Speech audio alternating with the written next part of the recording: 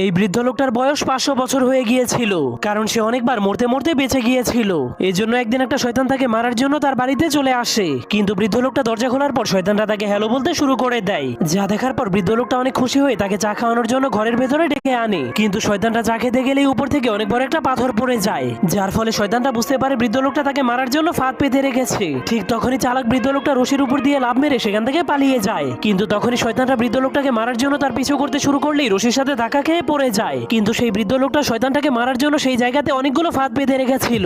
ঠিক তখনই সে শয়তানটাকে মারার জন্য তার মাথার উপরে অনেকগুলো মদের ড্রাম ফেলে দেয়, কিন্তু শয়তানটা অনেক কষ্ট করে সেখান থেকে নিজের জীবন বাঁচায়। কিন্তু অবশেষে বৃদ্ধ লোকটা শয়তানটার কাছে ধরা খেয়ে যায়। এরপর শয়তানের সামনে ভয় পাওয়ার নাটক করতে শুরু করে দেয়, কিন্তু শয়তানটা যখনই তার কোড়াল দিয়ে বৃদ্ধ লোকটাকে মারতে যাবে তখনই পিছন থেকে একটা ট্রেন চলে আসে, কিন্তু এবারও শয়তানটা বেঁচে যায়। কিন্তু বৃদ্ধ লোকটা এতটাই চালাক ছিল যে সে তার ফাঁদের মাধ্যমে শয়তানটাকে সেই ট্রেনের সাথেই পাঠিয়ে দেয়, যার ফলে সে শয়তানকে হারিয়ে এবারের মতো